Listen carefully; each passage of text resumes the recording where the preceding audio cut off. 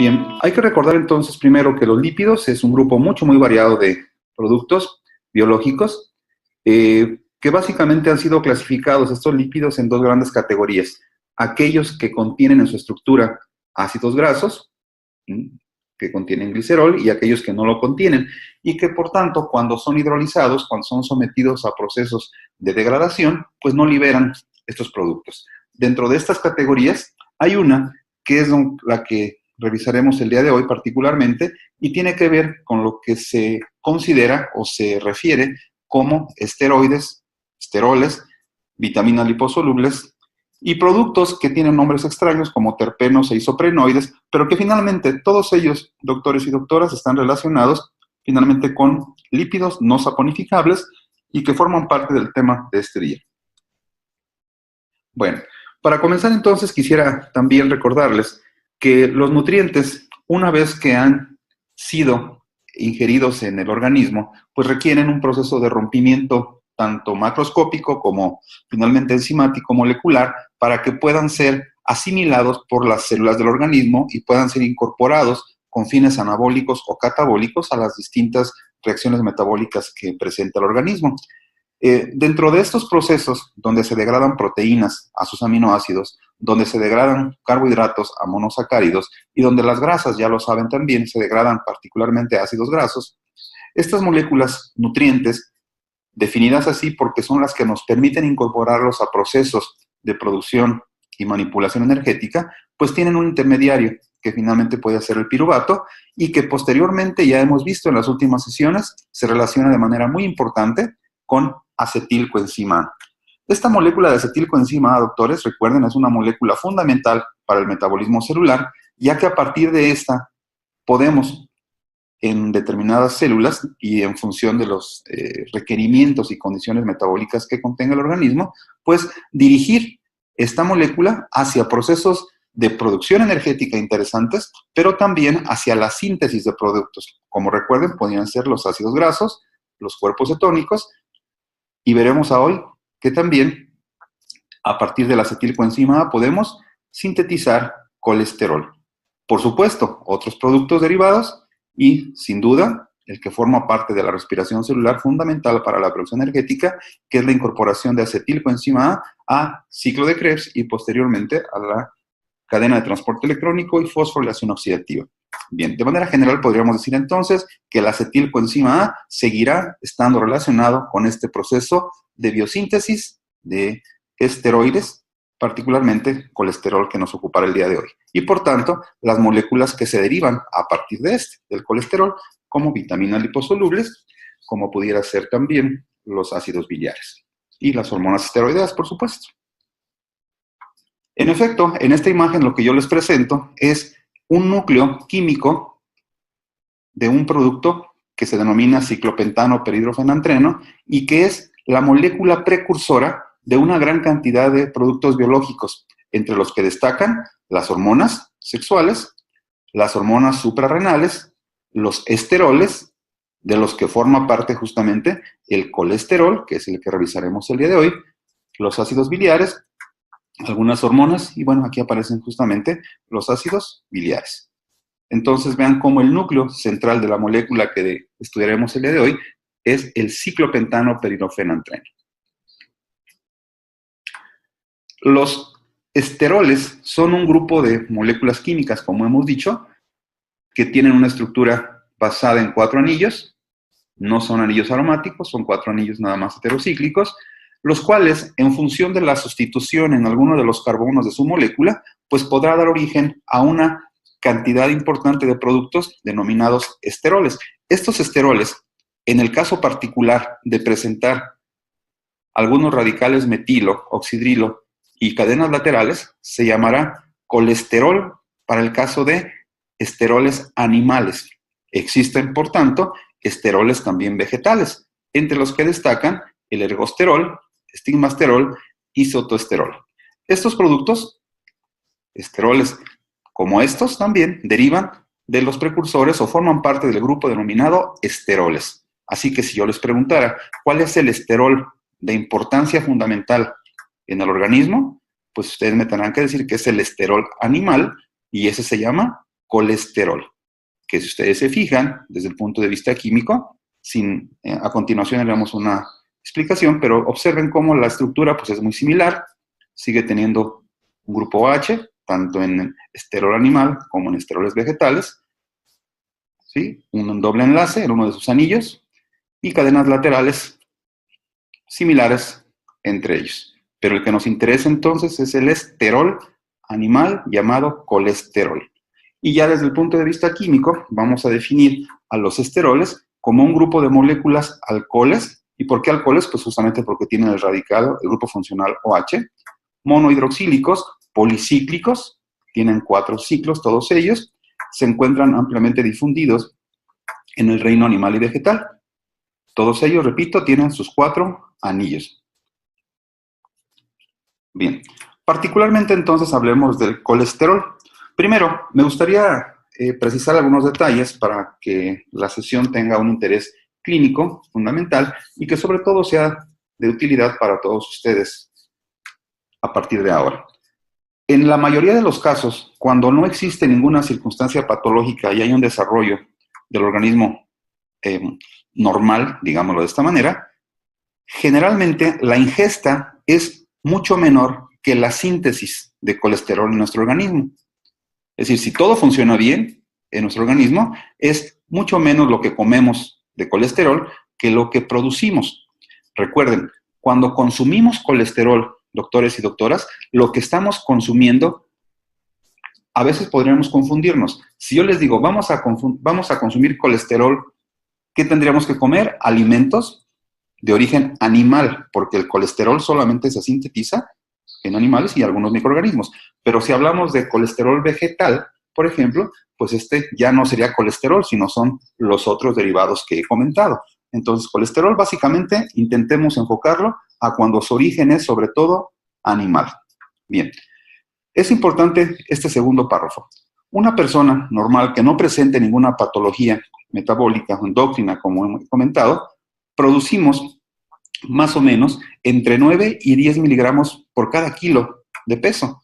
Esto significa que más o menos el sujeto que se considera normal, 70 kilos de peso, que no tenga ninguna alteración patológica, va a producir entre 630 y 900 miligramos diarios de colesterol.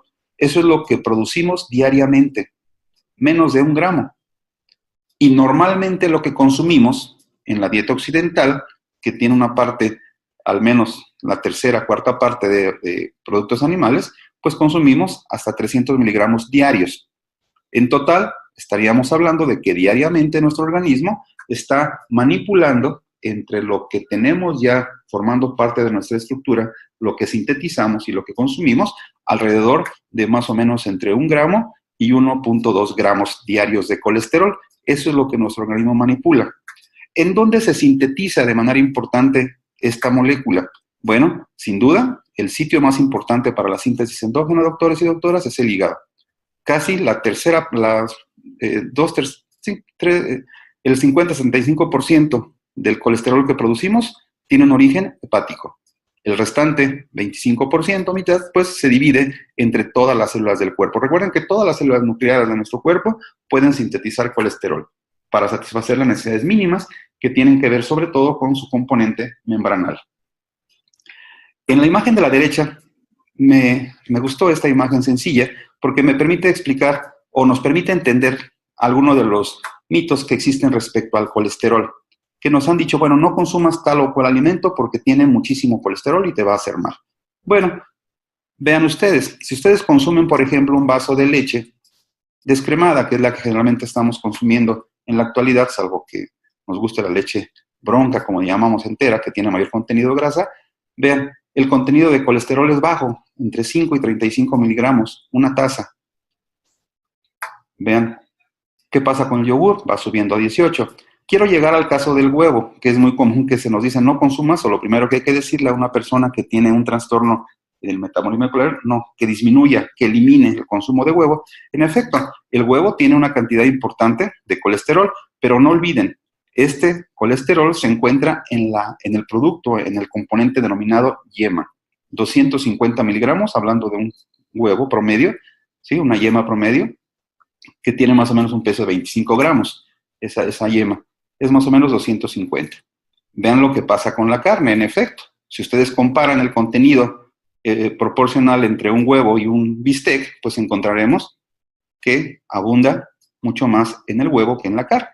Sí, únicamente para que quede esto como antecedente. Pueden, por supuesto, checar tablas de contenido para un diseño de una dieta mucho más acorde a las necesidades de colesterol.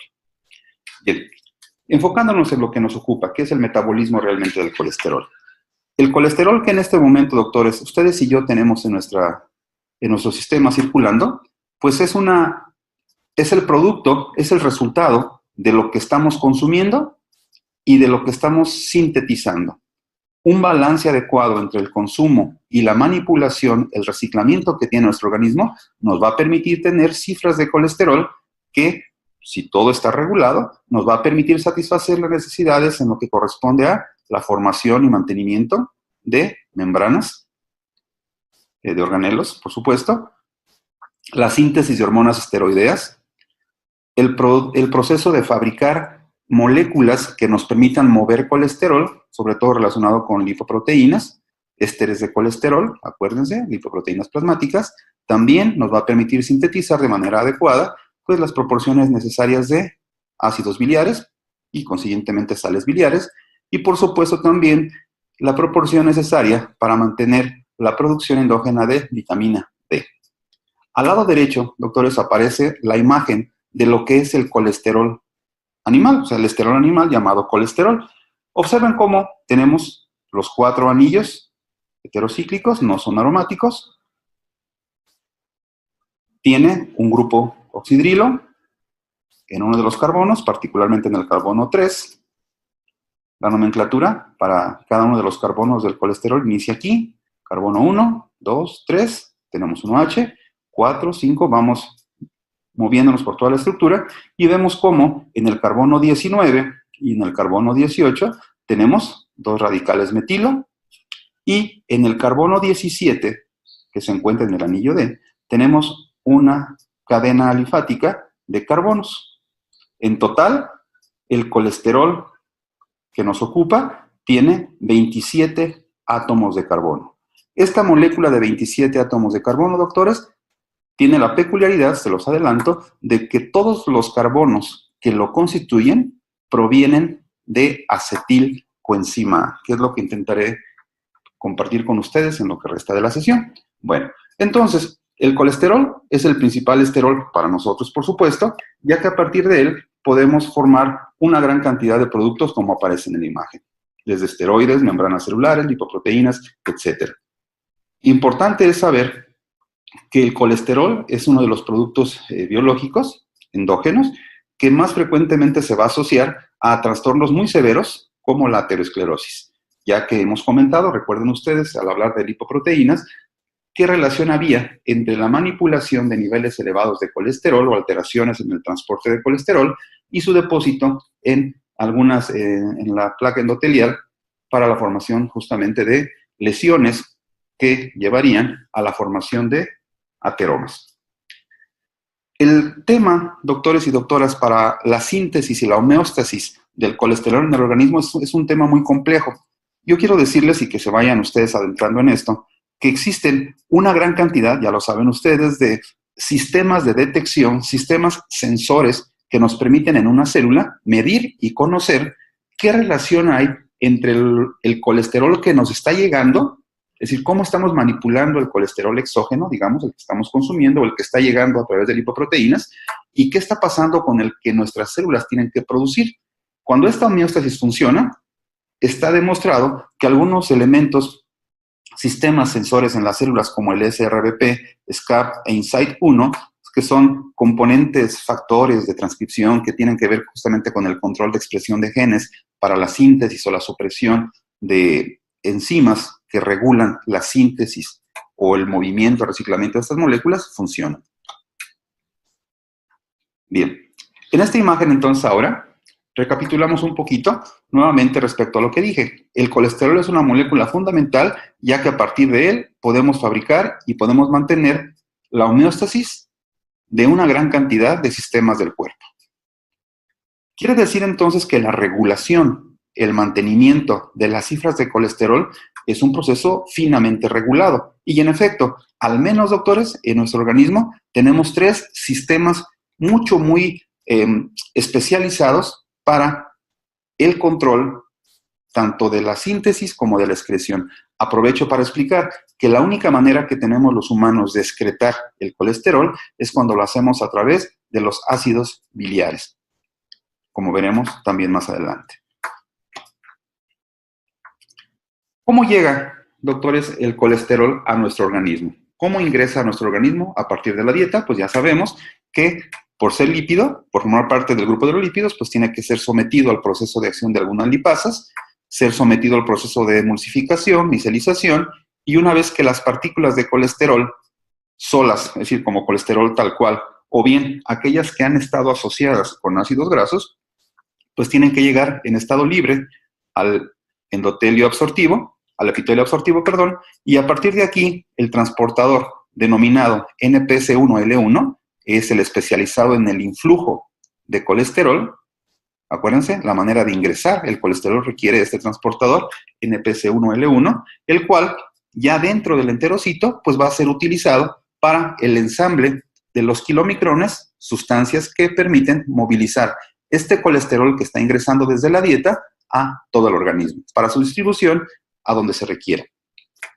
Recuerden también, aprovecho la imagen, recuerden que tenemos un sistema de control desde el proceso absortivo, en donde al tener una cantidad adecuada de colesterol absorbiéndose dentro del enterocito, el exceso de colesterol, doctores, tenemos un sistema basado también en transportadores, sensores, que lo que hacen es sacar el exceso del colesterol de la dieta que estamos teniendo, regresarlo al intestino para que pueda ser eliminado. Y esto se logra por el sistema de transportador en base a ABCG5/8, que ya hemos comentado en sesión también.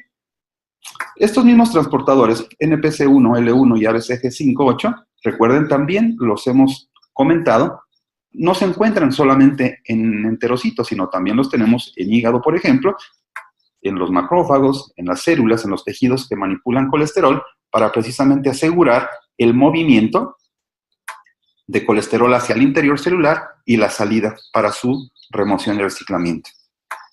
Un detalle interesante, aprovecho para comentarlo también, recuerden que ustedes como médicos, pues es importante conozcan que la intervención terapéutica que ustedes podrán tener en determinadas circunstancias patológicas del organismo, pues requiere conocer los mecanismos por los cuales algunos fármacos actúan sobre el organismo. ¿Qué efecto tienen? ¿Cómo desarrollan ese efecto? Y bueno, existen unos medicamentos, entre ellos el ezetimibe, un medicamento que utilizarán ustedes para el control de algunas dislipidemias. Es una sustancia que bloquea el transportador de colesterol. Entonces, cuando ustedes administran a su paciente esta sustancia, lo que están haciendo es ayudándole a que su organismo no asimile cantidades altas, exageradas, o bien que disminuya. Están ustedes ayudándole a que disminuya la llegada de colesterol a las células y con eso, pues, ayudarle a manipular de mejor manera el colesterol y evitar alteraciones posteriores. El colesterol que tenemos en este momento, doctores, ustedes y yo en el organismo, recuerden, vamos a pensar que ya no proviene de la dieta porque no hemos comido algo en lo que va del día. Bueno, entonces, ¿qué pasa con el colesterol que estamos teniendo en el organismo en este momento? Pues recuerden cómo se mueve, por kilomicrones o por VLDL.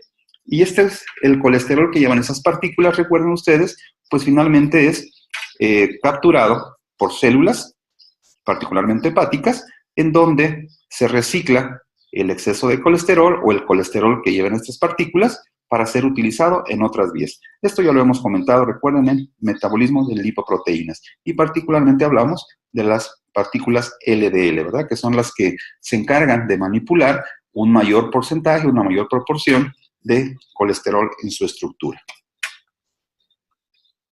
Bien. ¿Cómo se sintetiza el colesterol? Bueno, vamos a empezar a comentarlo en esta sesión. Bien, antes quisiera mostrarles la imagen que aparece aquí al final. ¿Cuál es la cantidad total normal de colesterol que ustedes y yo debemos de tener, doctores? ¿Cuál es el objetivo terapéutico? Bueno, ustedes ya en clínica lo trabajaron de manera adecuada, sin embargo, para nivel cultural general de toda la población, pues importante, recuerden, la concentración de colesterol deseable es menos de 200 miligramos por decilitro en sangre.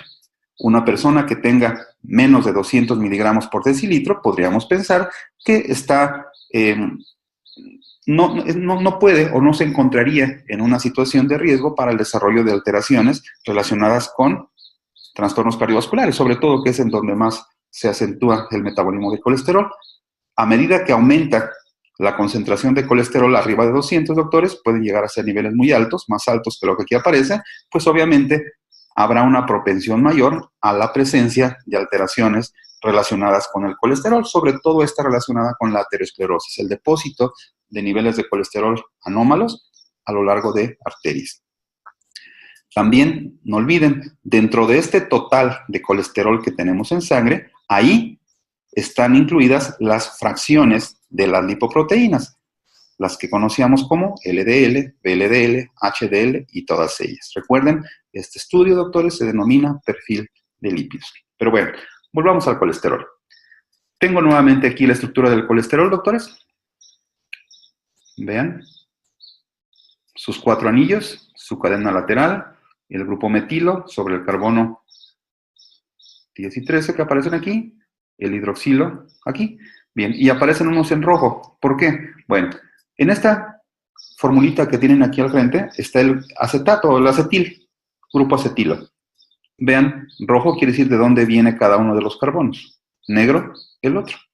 Toda la molécula de colesterol, doctores, está constituida de unidades de acetato. También quiero que recuerden y conozcan a una molécula denominada isopreno. El isopreno es una molécula, como esta que estoy señalando, que tiene unidades de 5 carbonos. ¿Sí? Esta es una molécula que fabrica nuestro cuerpo a partir de los acetatos y que es con lo que arma a esta molécula, como veremos en imágenes a continuación. Un detalle interesante respecto al colesterol, doctores, también es que esto pues es un esquema que representa una célula. Tenemos el núcleo y tenemos la membrana citoplasmática.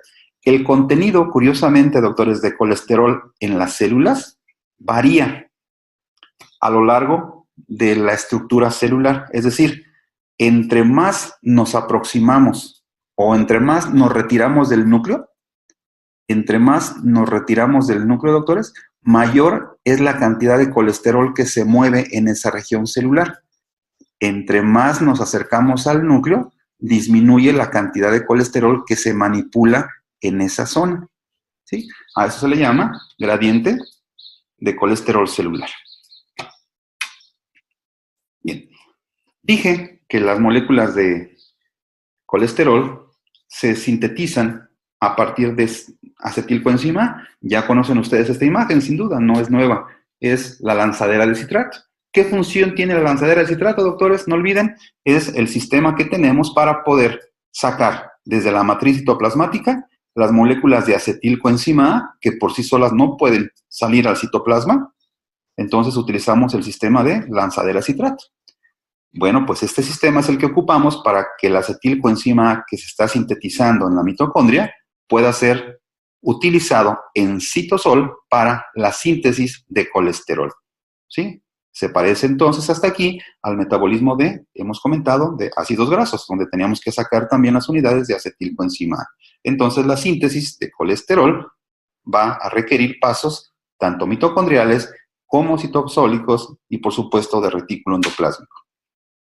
Y en efecto, en esta imagen, doctores, les presento a ustedes una primera aproximación a cómo se sintetiza el colesterol. Vean, iniciamos con acetilcoenzima A, el cual va teniendo una serie de adiciones, modificaciones, hasta convertir y formar productos como los que están apareciendo aquí. Van sucediéndose varios eventos hasta finalmente terminar en la síntesis, doctores, de colesterol. Quiero que sepan que la síntesis de colesterol, como explicaba hace un momento, es una secuencia sumamente compleja.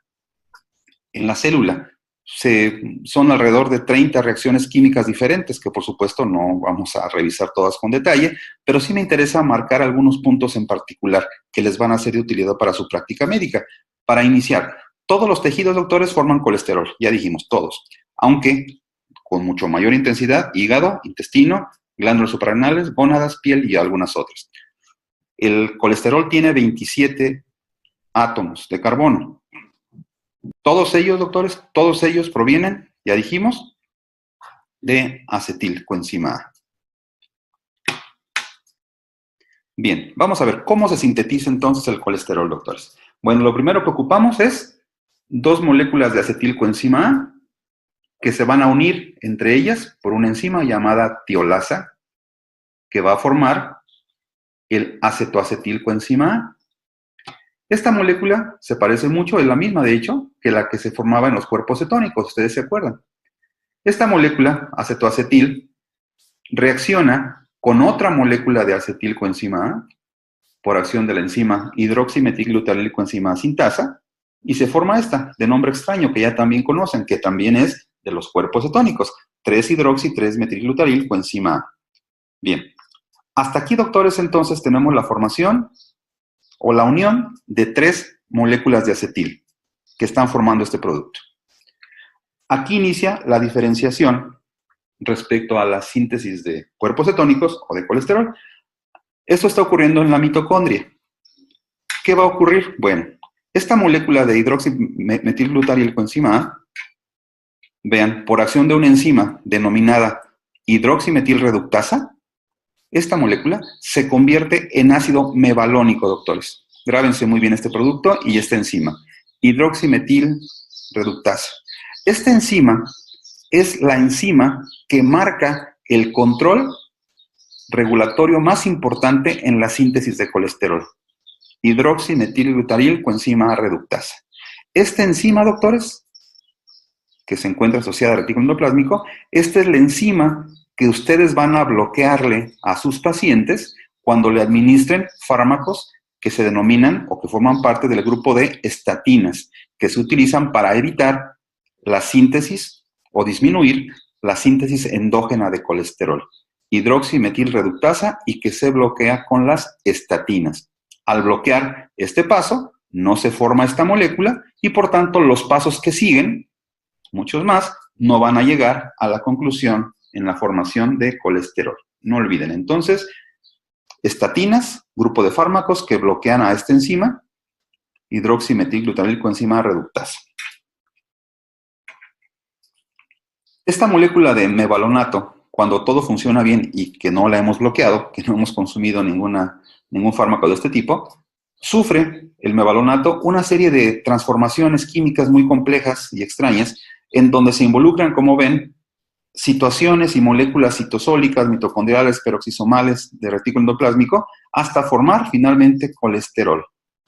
¿Sí? Es un proceso que ha requerido la inversión de energía y la formación de algunas moléculas. El colesterol, doctores, no es una ruta metabólica que produzca energía. Es un proceso eminentemente endergónico, requiere energía. Hay un gasto por parte de la célula. Por eso el colesterol no produce energía, a diferencia de los ácidos grasos. Entonces vean cómo una gran cantidad de reacciones finalmente ocurren en nuestro cuerpo para dar origen al colesterol. ¿Qué es importante? ¿A partir de dónde surgió el colesterol, doctores? De moléculas de acetilcoenzima mitocondriales. Esas tuvieron que salir, sufrir una serie de cambios enzimáticos hasta formar colesterol. 27 átomos de carbono. A la ruta metabólica que nos permite formar justamente el colesterol se le ha denominado vía del mevalonato. Vía del mevalonato. Y aquí en este esquema que les presento, que es justamente esta, la vía del mevalonato, les indico la posición, doctores, en la cual las estatinas, ese grupo de fármacos que les he comentado, son inhibidores de la enzima reductasa. Entonces, si no hay formación de mevalonato, pues no se da nada de lo que aquí aparece y van ustedes a tener un control en la producción endógena de colesterol.